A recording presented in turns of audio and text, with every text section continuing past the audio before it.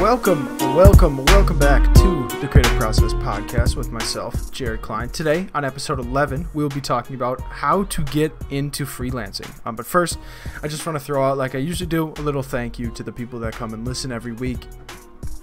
These last two episodes, episode 10 and episode 11, are kind of by myself.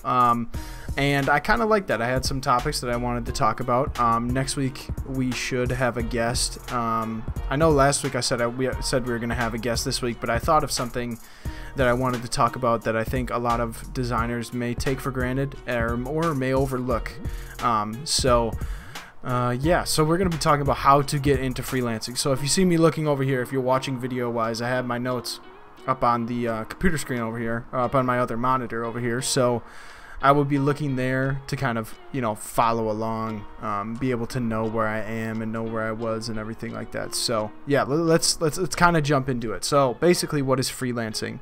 I view it as acting as an independent contractor for your clients, basically viewing your services. So for instance, my services as a graphic designer within sports and esports, viewing that as a business and having the client hire you out for your service independently.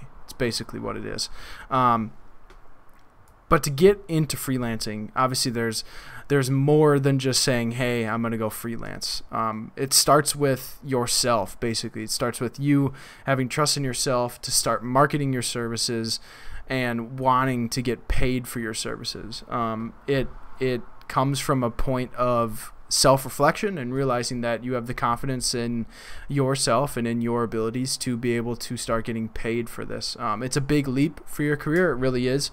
It takes a lot of energy and a lot of organization and a lot of commitment to be able to get into freelancing, even part-time. It takes a lot to get into part-time. I myself am a part-time freelancer, and it's a lot, especially with a job. It gets to be a lot on the side. So it takes a lot of commitment, a lot of drive, a lot of motivation towards your craft, and especially having confidence in yourself is a big mover when it comes to all that type of stuff. So that's where you have to start. That's where you should start. If you don't have confidence in yourself and your design abilities, go back, start honing in on your craft, working harder at perfecting your, I guess, specialties. I actually got into After Effects recently last week, and that was awesome. Learning a completely new program and everything is a nice refresher. So it's something really cool that I like to get into, that I am liking to get into. So yeah, and then moving into, after you have that, obviously when you start honing your craft, especially in the industry that I'm in, you start connecting with people on Twitter, you start connecting with people on Instagram, LinkedIn, whatever type of social media page that you're using to connect with other creatives within your industry. You start developing connections, and those connections can help drive or help get in with potential clientele in the future, and also can supply a really good word of mouth for you after you've been either working with them on a client to designer basis or a friend to friend basis, working with them on other projects and stuff like that. Let's say my friend Steve, for example, he is leaving and getting a different job somewhere else, and he is having his vacancy open there. And they're not looking to hire someone on full time, but they're looking to get into more of a freelance option. And he knows me, right? Steve knows me. We've been friends for a while, for about 5 years. We've been working back and forth with each other, talking back and forth with each other. And hey, Steve contacts me. Would you be interested in this? I'll give you a good word.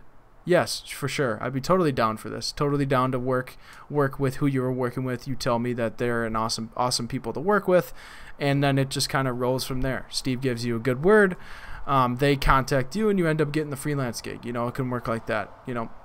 It's when you realize it, when it comes down to connections, it's a very, very small world, because you never know who you have connected with in the past. You never know what they're going to either come up with or be able to come back to you, or you contact them about certain situations and opportunities and stuff like that.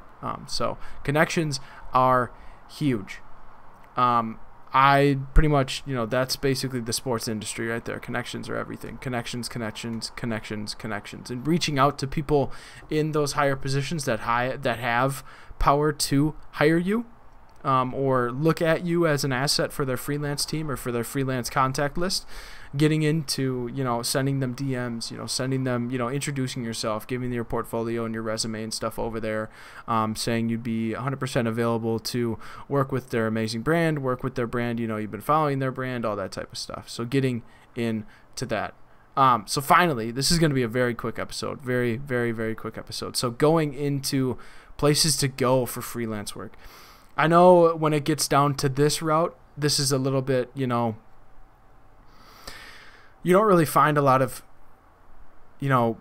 sports and esports designers on these platforms. They usually just stay on Twitter and stay on Instagram and stuff and reach out to people. That's at least what I've done. I've reached out to people, giving them the opportunity to, have me, or giving them the opportunity to, reach back out to me after I reach out to them, asking if they have any opportunities, and everything like that. But I'll go down the list that I have and that I've worked on, and I have one in here that I've heard good things about that I haven't worked on. So Fiverr and Upwork I have worked on. A lot of people look down on Fiverr and Upwork, but it's a really good place for beginning freelance designers to get used to working with clientele and setting up and marketing your so on Fiverr they're called gigs. On Upwork, I haven't worked on Upwork in a while, I can't remember what they're called, but basically on Fiverr you can set up a gig. Basically what your gig is, it's like I can do branding, I can do sports edits, I can do player edit, whatever you want to, player edits, I can do advertising and marketing design, that type of stuff. You can set up your gigs and basically format it in a way to help market and help you get picked, because basically if you're a client going on to Fiverr, you can go through, type in, let's say I'm looking for a logo design, and you can scroll down pages and pages and pages of people and designers that are able to design logos, and it's sorted by price, it's sorted by review, it's sorted by quality and everything like that. So being able to have a good first impression when it comes to your gig, that is key. It's key. When I did Fiverr, I did mainly branding and a handful of sports design stuff on there. I did mainly logo designs. Logo designs is a huge one that is on Fiverr. A lot of people go there for. But I made sure I posted a video of myself recording, hey, I'm Jared, I'm the designer behind this gig, this is what I can offer you and everything like that. I made it really personable so they can see my face, connect with the designer behind that. I highly suggest doing that. It worked really well for me. But if you don't, your method is how you decide to do that. I can only give you suggestions. So Fiverr and Upwork, those are two that I've worked on that I've had some success on. And freelancer.com, I've actually heard from people within the industry that it's actually a really good place to get your foot in. I heard it a lot when I was in school. My professors told me that, hey, go on Freelancer or something similar, but they always said freelancer.com to kind of get your foot in and be able to have experience and gain experience working with clients, and also being able to price out your stuff. That's an awesome kind of icebreaker to get comfortable pricing your own projects and everything like that. And obviously you can look on other job sites such as LinkedIn, Indeed, etc., those commercial ones. And then ones specific to sports and esports. To sports, you have Teamwork Online and Rebound Jobs. Those are the two that I look on for sports jobs. And then Hitmarker I look on for esports.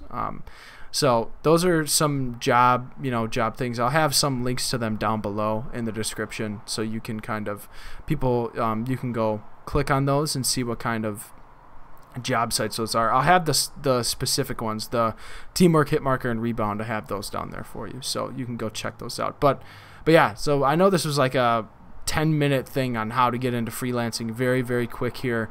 Nice and easy. I think I organized them pretty well, so if you're taking notes on this, you can be able to get into those and take some decent notes. I think I organized it okay. But anyways, hope you guys have a good rest of your day. Thank you for listening to episode 11 of the Creative Process podcast with myself, Jared Klein. And as always, make sure you tell someone that you love them today. All right, we'll see you in episode 12. Have a good one. Peace.